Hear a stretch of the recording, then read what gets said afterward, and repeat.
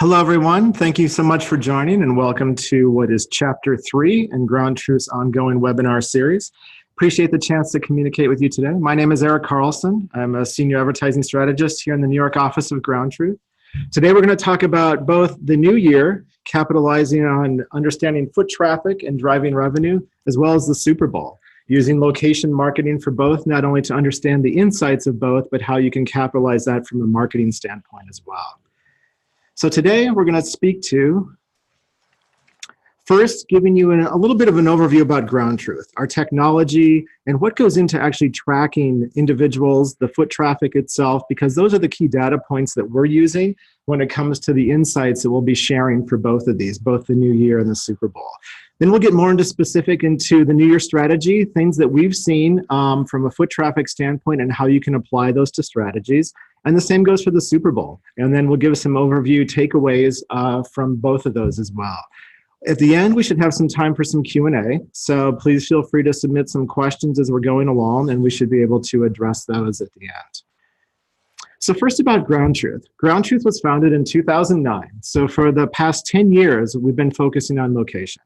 The platform's been built to enable the power of location intent and to drive overall performance. So at the end of the day, we have the capability of tracking people and messaging people, both on where they currently are and also where they've been.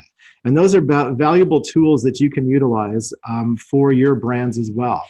But why is location so important? What's the value? Well, the value of location is understanding, again, it's the strongest indicator of intent. It's about knowing what people are doing in the physical world and being able to message them based on that actual behavior. In fact, if you think about it, search, for example. Search is certainly, there's a value to search without question, and people put a lot of money into it. But people could be searching for Coach or for Tiffany, things like that of brands that are of interest to them. But at the end of the day, they're going to Century 21. They're going to TJ Maxx or Marshalls when they're actually going to make a purchase. I can be looking at Corvette and Porsche because I'm really interested in those cars. But at the end of the day, I'm taking my piggy bank to Jersey City and going to a used car dealership to actually make a purchase there. So it's about understanding those behaviors in the physical world and being able to message people based on those. How do we do it? Well, this is our technology. Our technology is blueprinting. And so what we do is we create the boundary of the physical location of the store itself. So what you see here in green, this is a blueprint of a location of a store. Now we're going to customize these blueprints based on the actual locations of where your points of interest are and what they are. So we may do 3 layers. There may be an on-lot component as well if there's a parking lot. Or if it's an auto dealership that has a lot as well. And then also a retail block. So that expands it a little bit further. So say it's a pedestrian walkway or a main street, for example. And so we're going to extend that so you can message people there as well. So these become actual targeting tactics that you can use in the platform as well. You can target on lot and you can target retail block at the same time. So it gives more flexibility in terms of last minute branding and messaging and strategies that you'll be able to apply when we look at the Super Bowl and also for the New Year insights as well. How we track a visit is that we know which mobile device we've served an ad to. When that device enters the green area, which is the blueprint that we've created, that's what's then registered as a visit to that particular location. And it's also those visits that we're then using for insights. So we've actually created over 5 million blueprints of locations around the country already. And it's those that, with those blueprints, we're capturing visits to those locations and finding data points and insights that we're able to share and populating audiences that you're also able to target. So speaking of targeting, a couple different targeting strategies that you can use. One is on-premise targeting, which is capturing people in real time in a particular location. It could be in a store, a particular event, for example, something like that. But it's capturing people at that specific spot. The key in our platform as well is that you can also set up retargeting. So knowing that this location is a key indicator of a potential customer for you, you can then retarget them once they've left that location and message them someplace else as well. Another key one is our location-based audiences. So I mentioned how we've created these blueprints. Now we're tracking visits to these locations and we're populating these data, these audience data points that you can use for targeting. So someone that, if you want to target people that have been to H&M or to Equinox or to REI, for example, all of this data lives in our platform, and you can use this for targeting purposes, and you can put a location filter around this. So you may only want to target people that go to Equinox that are in the New York market, for example. So it gives a tremendous capability. It's using this first-party data. And again, this is targeting people based on where they've been, when proximity targeting is targeting people based on where they are at the moment. And then taking that one step further, we also have behavioral audiences. So when people have gone to multiple places, now they can be put into behavioral categories as well. So you can target people that are gym goers or soccer moms, things like that as well. So ways that this can be activated, we have over 400 audiences that you can actually use from targeting standpoint, the different behavioral audiences, and then also individual brands, targeting people based on where they've actually been. So that's a quick overview about GroundTruth, the technology that we're using, how we're capturing these data points and tracking visits to locations, and also populating audiences that you can use. Let's talk about the new year and new opportunities. When you think about New Year's, of course, one of the first things that comes to mind is resolutions. Everyone makes resolutions because people see this as a new beginning. It's an overhaul. It's an assessment of your life, and it's a way to start and take over and start some new things overall. And so when people are making these resolutions, you'll see that these are the top 10 resolutions that were made for 2019 about exercising, sticking to a budget, etc. What's interesting is that when you look at these combined, actually 7 out of 10 of the New Year's resolutions represent health and also finance. So financial health gets put in as well with overall physical well-being health as well. And that's an important thing to consider when messaging and also targeting individuals in the new year. But so these are resolutions that people are making. So here's the key. Are they actually following through with it? And the answer is yes, because now we're tracking visits to individual locations and we're seeing changes in foot traffic. So for example, with banks, we saw a 20% increase in visits in the first week alone of 2019 compared to visits that we had seen previously throughout the year. And even with financial advisors, there's an uptick of 13% of visits to those locations as well. Also look tangentially to this as well. What else contributes to that from a lifestyle standpoint? Well, people who have recently moved, for example, or are in market to purchase a new car, those individuals represent 2 to 3.5 times lift in people actually going to visit financial service locations as well. So also that's just a key takeaway there. It's that it's not just physical health, but also financial health that people are thinking of when it comes to the new year. Speaking of physical health, certainly true. Also being followed through on. Gyms, 32% increase in foot traffic in the month of January compared to other times of the year. Health stores, 14% increase in visits to health store locations as well. So think about that. Think about there's a 32% increase in visits to gyms the first week of the new year compared just even to the Q1 average. But the thing is, think about how you can use this strategically, not just if you're a gym or you're a health food, but knowing that this is high areas of traffic. Think about not only tweaking your creative to make it something that's focusing on new and something exciting, because that's where people's mindsets are, but also reaching people in these locations. You're tuning up your body, why not tune up your car? So you can geofence these locations knowing that they have higher foot traffic, using some creative messaging, reach these people in a way that you know is going to resonate them based on their mindset for the new year. Also really interesting as a takeaway, and people don't necessarily think of this, is from a QSR standpoint. We see a 14% lift in visitation to QSRs in the beginning of the year as well. But there's an interesting correlation to what we've already talked about with that. One is that QSRs tend to be cheaper, so a lower price point for when you're thinking financially, but also that more and more QSRs have healthier menu options as well. So think about that when it comes to restaurants, just mentioning in the creative, using healthier options, and using this as an example that even QSRs have a higher foot traffic because of those combinations. So start of the year, there are different types of solutions that you can use to take advantage of business opportunities as well.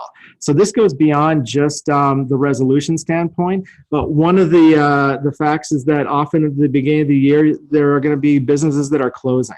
In fact, at the beginning of 2019, there were 4,300 stores that actually announced their closure. So how can you take advantage of this for your business? Well, geofencing these locations, using audience targeting of people that have been actually going to and visiting those locations as well. So that's one of the strategies that you can utilize. Also, there's the focus, as we've talked about health and fitness. Using proximity targeting for people that are nearby, gyms or health food locations as well. Again, using messaging in terms of a restaurant of new healthy options, but also just knowing and capturing that higher lift in audience of foot traffic to message them, even with other products and services as well that don't necessarily have to be related just to those. And then also it provides an opportunity for you to reset business goals and take a look and assess at what it is that you want to be doing and measuring. So you can also be using our behavioral audiences to, again, target individuals based on their visitation patterns, and also be looking to drive visits yourself and tracking those visits to physical locations. All right, so let's talk Super Bowl. Let's get to the big game itself. Looking at the statistics, and I know a lot of big numbers always get thrown around, but there's a real value to it to understand just the breadth of what the Super Bowl represents and the opportunity that it also represents.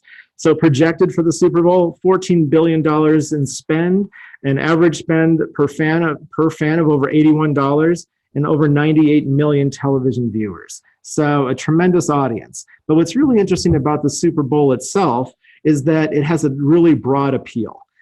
So it's way beyond just sports fans. It's people that are interested in pop culture, and things like that as well. And when you look at reasons why people even watch the game, they're watching for the game itself. People watch for the commercials or just the social element of gathering with friends. The halftime show, I think J-Lo is the halftime entertainment this year. I think she's with somebody else, but it's definitely J-Lo. And then also the food. My goodness, the food. But also take a look at the fact that we mentioned $81 on average. When you concentrate that and look at 35 to 44-year-olds, $123 on average is spent by 35 to 44-year-olds just around the Super Bowl and for the Super Bowl itself.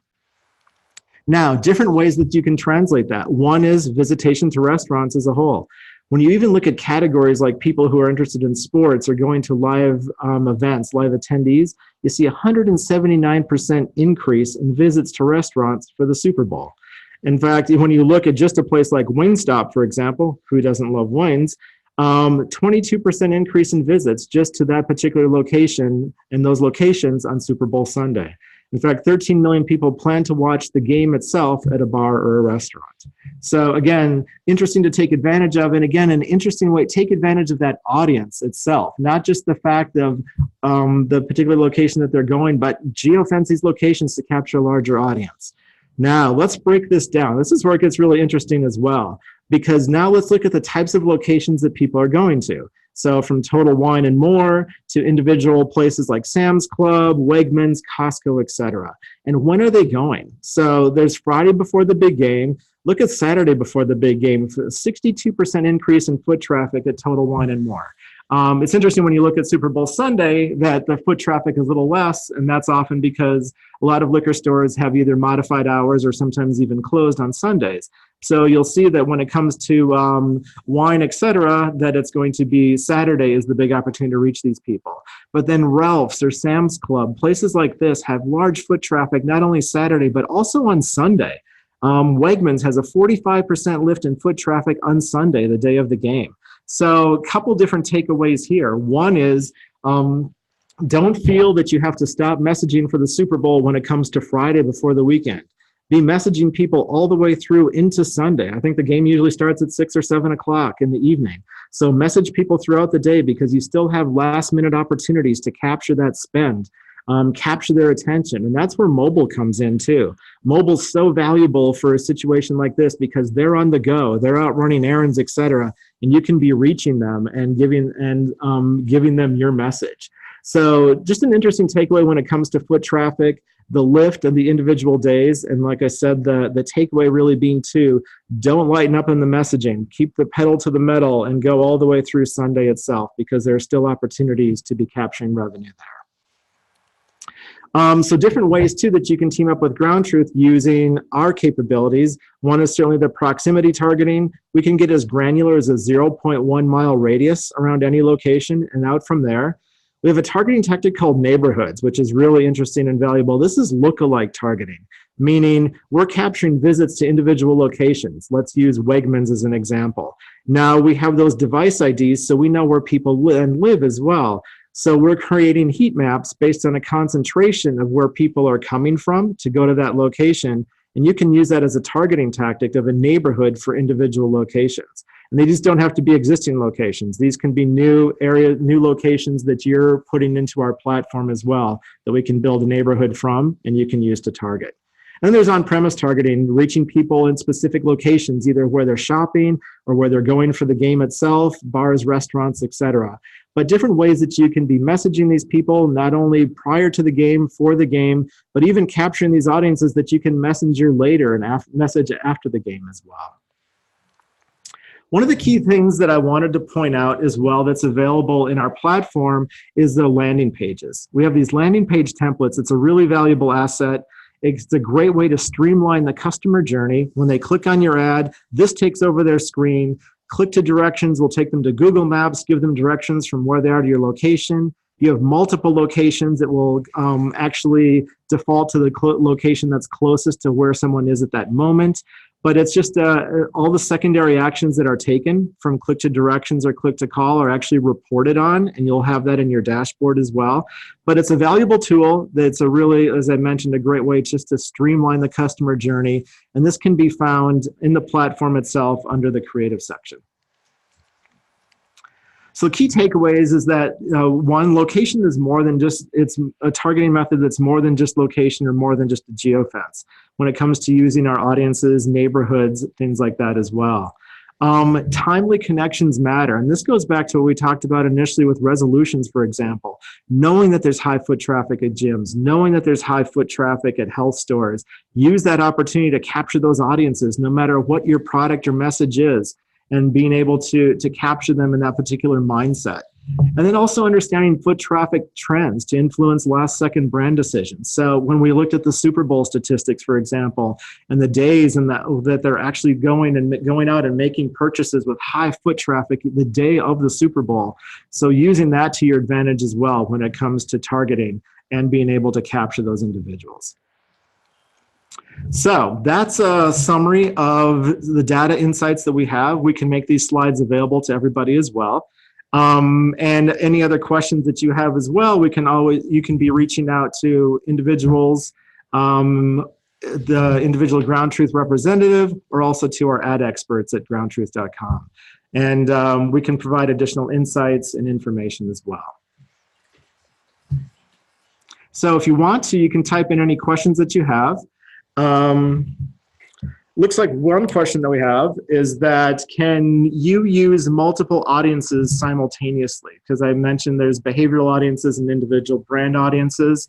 And the answer to that is yes. You can use multiple ones simultaneously for an individual targeting tactic. Another question that came up is there additional cost in the platform to use the audiences or the landing page templates? And the answer to that is no.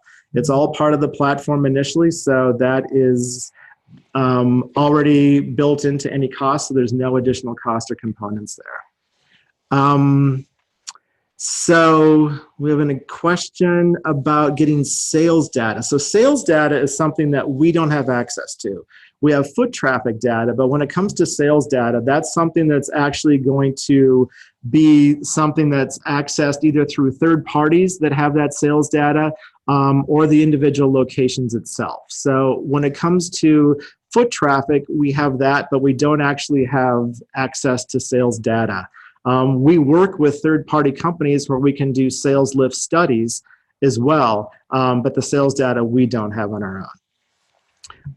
For the webinar itself, we can send these out to people that signed on. So we'll send that out to you, so you have access to that as soon as it's completed. Got a question about our audiences. How long does someone stay in an audience? Typically 60 to 90 days. So it's fresh data. The reason why is that when you get the individual alerts to update your new iOS system for software, for example, on your iPhone, what that does when you update that is that it erases and resets your device ID. So then we lose that and we're starting from scratch, which is actually great because it keeps our data fresh. And we know that it's going to be within 60 to 90 days and typically no later that we've had someone at that particular location. When you think of third-party data, they typically work in people visiting a place or making a purchase in a one-year window. So that's how long audiences are typically available for, or that an individual stays within an individual audience. So we have another question too about how the ads are actually served. And how it's served are in-app. So when someone opens an app and they qualify based in a particular location, for example, the ad is then going to be on screen when the app opens. So we don't do push notifications, anything like that, but we're serving ads that when someone opens an app, that the ad is then served on the app itself. It's not in feed so that someone has to scroll through to find it. It'll actually be on the screen itself. Any other questions? You can always feel free to reach out to us as well, or to ad experts. And you will send out the copy of the webinar itself. So we got another question about contextual targeting. Do we have contextual targeting capabilities? That really falls into our audiences. And so context within our platform represents where they've been.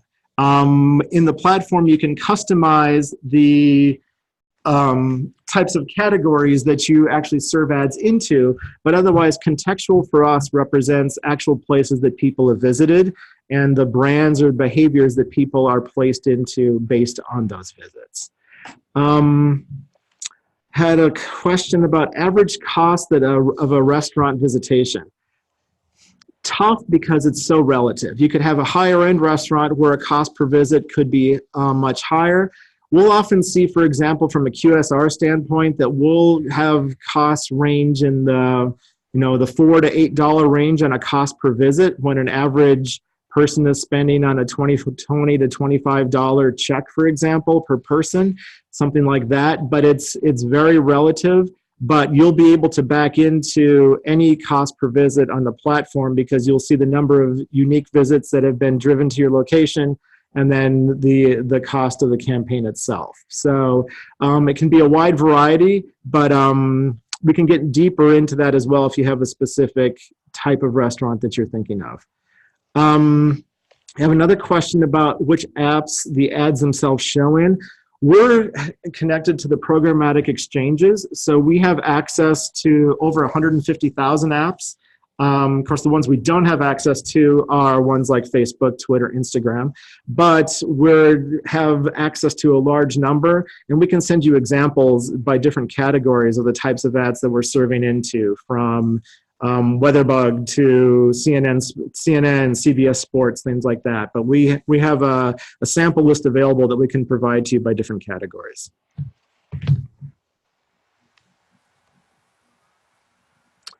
We've got a question about casinos. Casinos are challenging because there are privacy rules sometimes around casinos about actually tracking visits. So you can create a geofence around something like a casino to message people when they're in the area, but we're not always able to measure visits to a particular location like that.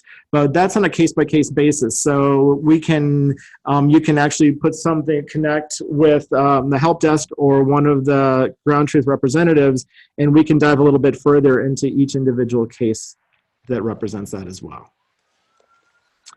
I think that's about all the questions that we have at the moment, but like I said, we'll send out the copy of this webinar so that everyone that joined has access to it. And any other questions that come up, always please feel free to reach out to anybody on the team. And thank you so much. We look forward to working with you, and happy holidays.